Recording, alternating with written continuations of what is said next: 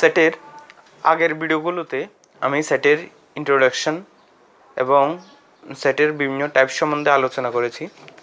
আজ এই ভিডিওতে আমরা সেটের সাবসেট সম্বন্ধে জানব।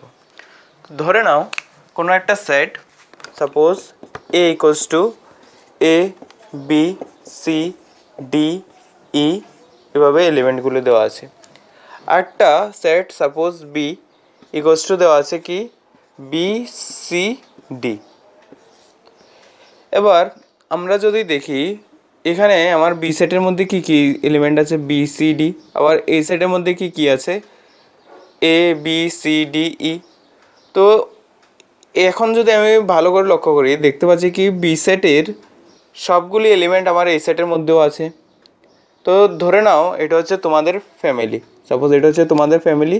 তো তোমাদের ফ্যামিলির মধ্যে তোমরা 5 জন মেম্বার। ধরো এটা হচ্ছে তোমার ঠাকুরদাদা, ঠাকুমা, এরপরে এটা হচ্ছে তোমার বাবা, এটা হচ্ছে তোমার মা, এটা হচ্ছে তুমি। এবার ধরো তোমার ঠাকুমা, এরপরে তোমার বাবা আর তোমার মা কোনো একটা কাজের জন্য অন্য জায়গায় চলে গেছে। তো কোনো একটা কাজের জন্য যখন চলে গেছে, তো এখন ওরা একটা পার্ট হিসেবে আরেকটা জায়গায় আসলো। তো পার্ট হিসেবে যখন আসলো, আমি বলতে পারি না এটা তোমাদের ফ্যামিলির একটা সাব পার্ট। তো এই যে সাব পার্ট, তো সাব পার্ট যেহেতু বলতে পারছি, তাহলে আমি সেমভাবে এখানে সেটের মধ্যে আমরা বলি কি যদি কোনো একটা সেটের সবগুলো এলিমেন্ট যদি আরেকটা সেটের মধ্যে থাকে, তো তখন এই সেটটাকে এই বড় সেটের সাবসেট বলে। আর এটাকে আমার রিপ্রেজেন্ট করা হয় এভাবে, বি সাবসেট। তো এভাবে লিখব, সাবসেট অফ এ। তো বি সাবসেট অফ এ, এটাকে সিম্বলের মাধ্যমে এভাবে লেখা হয় বি সাবসেট অফ এ। এটা হচ্ছে সাবসেটের সিম্বল।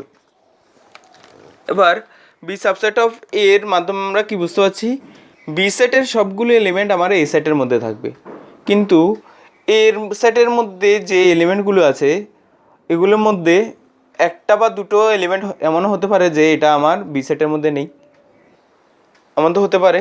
তো তাহলে আমি এটা দিয়ে যদি আমি সেটের সেট বিল্ডার ফর্মে যদি লেখার চেষ্টা করি, তাহলে এটাকে এভাবে লিখব, x belongs to X such that x belongs to B implies that x belongs to এ।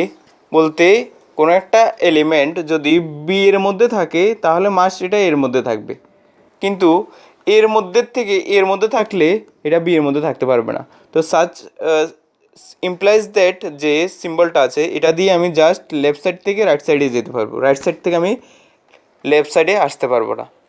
ঠিক আছে। এবার যে আমি এক্সাম্পলটা দিলাম সাবসেটের, এই সাবসেটের আমি আরেকটা টাইপ আছে, ওটা নিয়ে এখন ডিসকাস করব। ধরো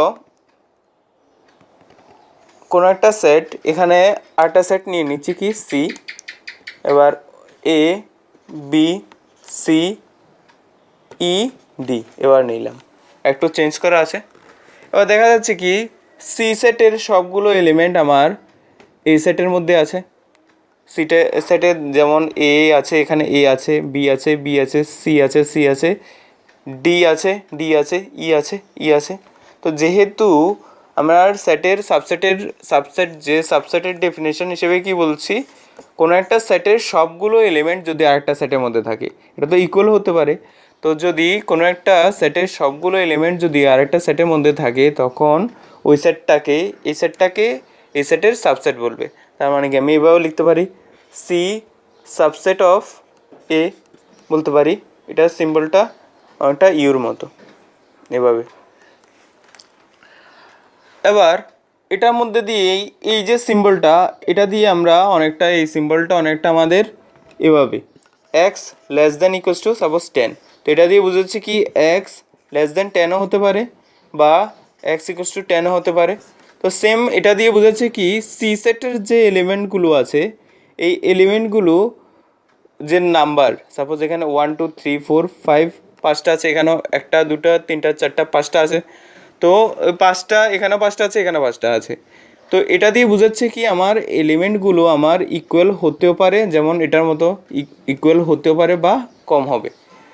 আবার এটার মধ্যে দেখা যাচ্ছে কি এটার মধ্যে নাম্বার অফ এলিমেন্ট হচ্ছে 3, তো এটার মধ্যে দিয়ে বোঝাচ্ছে কি আমার লেস হচ্ছে। তো আমার এখানে দেখো আমি এই সিম্বলটা দিয়ে বুঝতে পারছি না যে এটা আসলে সি সেটটা যে এই সেটের থেকে ছোট নাকি ইকুয়াল। তো স্পেসিফিকলি যদি আমি কোনো একটা সেটকে ছোট দেখাতে চাই, বলতে আমি বুঝাতে চাই যে সি সেটের মধ্যে বা বি সেটের মধ্যে আমার নাম্বার অফ এলিমেন্ট এ সেটের তুলনায় কম আছে, তো তখন ওটাকে আরেকটা সিম্বলের মাধ্যমে লেখা হয়। ওই সিম্বলটা হচ্ছে, সাপোজ এখানে আমার বি সেটের তো এলিমেন্ট 3 আছে, তো বি প্রপার সাবসেট অফ এ, এটাকে প্রপার সাবসেট বলে।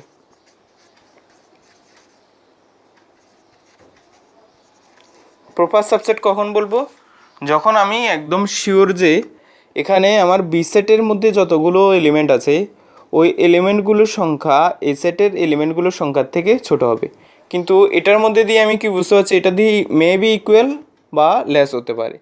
তো এটা দিয়ে আমার মধ্যে কনফিউশন থাকে। এটা হচ্ছে may be equal, may be equal বলতে নাম্বার অফ এলিমেন্ট। আর এটা দিয়ে বোঝাচ্ছে কি, এটা দিয়ে বোঝাচ্ছে must less than number of element must less than number, এই তোমার বি এ সেটের তুলনায় বি সেটের মধ্যে মাস্ট আমার নাম্বার অফ এলিমেন্ট কম থাকবে।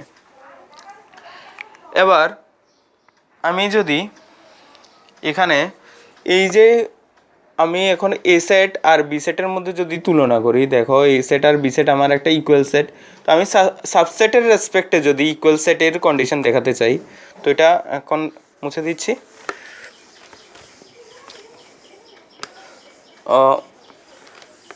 আমার সি সেটের মধ্যে আছে কি এ বি সি ডি, তো আমি বুঝতে পারছি কি এই সি সেটের সবগুলো এলিমেন্ট এ সেটের মধ্যে আছে, তাহলে আমি লিখতে পারি সি সাবসেট অফ এ, এই কথাটা লিখতে পারি। আবার দেখো আমি উল্টোভাবে বলতে পারি না, এ সেটের সবগুলো এলিমেন্ট সি সেটের মধ্যে আছে, তো এ সেটের সবগুলো এলিমেন্ট তার মানে কি এ সাবসেট অফ সি, এটাও বলতে পারি। তো যদি এই কথাটা বলা যদি দুটো সেটের মধ্যে আমি এ সাবসেট অফ সি বা সি সাবসেট অফ এ হয়, এটা যদি একসঙ্গে হয় অ্যান্ড বলতে এটা একসঙ্গে হতে হবে, অ্যান্ড এভাবে যদি হয় C subset of A and A subset of C হয়, তখন দেখা যাচ্ছে কি আমার নাম্বার অফ এলিমেন্ট তো ইকুয়াল হয়ে গেছে, নাম্বার অফ এলিমেন্ট ইকুয়াল, আবার ইচ এলিমেন্ট ইকুয়াল। তো এটা দিয়ে বোঝাচ্ছে কি সি ইকুয়াল এ, এটা একটা ইকুয়াল সেটের কন্ডিশন। বা এটাকে যদি আমি এভাবে লিখতে চাই, এখান থেকে লিখতে পারবো কি x belongs to C implies that x belongs to a, x such that x belongs to c implies that x belongs to a, বা এখান থেকে লিখতে পারবো x such that x belongs to a implies that x belongs to c। তো এই দুটো condition যদি আমি একসঙ্গে লিখে নিই, এটা যদি 1 অ্যান্ড ইকুয়েশন 2 দিয়ে দিই, তো এই দুটো কন্ডিশন একসঙ্গে লিখলে আমার কি দুইও দিকে যেতে পারছি আমি। তো এটাকে এভাবে লিখবো x belongs to a implies that both side a double implies, তো x belongs to c। তো এই কন্ডিশন দিয়ে যখন স্যাটিসফাই করবে, এই কন্ডিশনটা যখন স্যাটিসফাই করবে, তখন এটাকে বলবো আমি equal set, A equals to C. তো ইকুয়াল সেটের কন্ডিশন সাবসেটের রেসপেক্টিভভাবে লেখা যায়। এবার আমি যদি কোনো একটা সেট, এটা মুছে নিই, ধরো কোনো একটা সেট এ, এবার এ এ বি সি এভাবে দেওয়া আছে, তো কোনো একটা সেটের এলিমেন্ট এ বি সি পর্যন্ত দেওয়া আছে। তো আমার কথা হচ্ছে আমি এই সেটের এলিমেন্টগুলো দিয়ে আমার কতগুলো আমি নাম্বার অফ সাবসেট তৈরি করতে পারবো। তো নাম্বার অফ সাবসেট কীভাবে তৈরি করে, ধরো আমার এই যে এলিমেন্টটা আছে এই এলিমেন্টটাকে যদি আমি এভাবে লিখি, তো এটা একটা সেট বোঝাচ্ছে, কারণ এটা সেকেন্ড ব্র্যাকেটের মাঝখানে আছে। এভাবে লিখলে বোঝায় এ একটা বি স্মল এ ক্যাপিটাল এর সেটের একটা এলিমেন্ট। আর এভাবে যদি লিখি তাহলে বোঝায় এ একটা সাবসেট, কারণ এই সেটের যে যতগুলো এলিমেন্ট আছে, এ একটা এলিমেন্ট আছে, এটা অলরেডি আমার এই সেটের ক্যাপিটাল এ সেটের মধ্যে একটা আছে। তো যদি কোনো একটা সেটের সবগুলো এলিমেন্ট যদি আরেকটা সেটের মধ্যে থাকে তাহলে এটা সাবসেট হয়। তো এটা দিয়ে বোঝাচ্ছে কি, সেকেন্ড ব্র্যাকেট দেওয়া থাকলে এটা বোঝাবে আমার সাবসেট, আর কোনো ব্র্যাকেট যদি না দেওয়া থাকে এটা দিয়ে বোঝায় এলিমেন্ট। এলিমেন্ট এটা হচ্ছে সাবসেট।